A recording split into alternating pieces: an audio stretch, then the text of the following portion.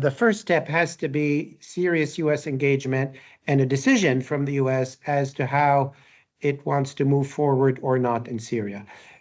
Because for any serious talk about reconstruction, you do need those sanctions or most of those sanctions lifted. Then, when you get to, if that happens, and then you're beginning to talk about mechanisms and money and so on, and I mentioned this in the paper, a number of things. First of all, the old 20th century, let's say, idea that countries will come in and reconstruct other countries with grants and easy loans and so on, especially with the amounts that we're talking about, that is not going to happen.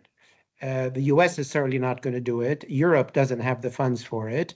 The Gulf will provide some reconstruction money in terms of grants and soft loans, but otherwise is interested in investment, in win-win opportunities, and engagement with the Syrian economy, not gifts to the Syrian economy or any other economy.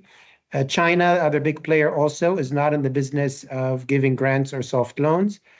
So at the end of the day, it's going to be, yes, a little bit of sort of reconstruction aid, which would probably largely have to come from Saudi Arabia and the Gulf. Limited amounts. I can't put a number on it, maybe a few billion. But otherwise, Syria, like other countries, like Lebanon and others, it has to become an investable country.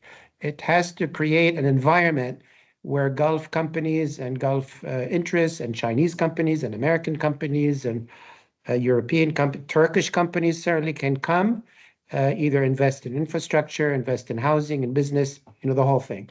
So it's not going to be reconstruction in the traditional sense as much as a bit of reconstruction and then a long trajectory of economic development.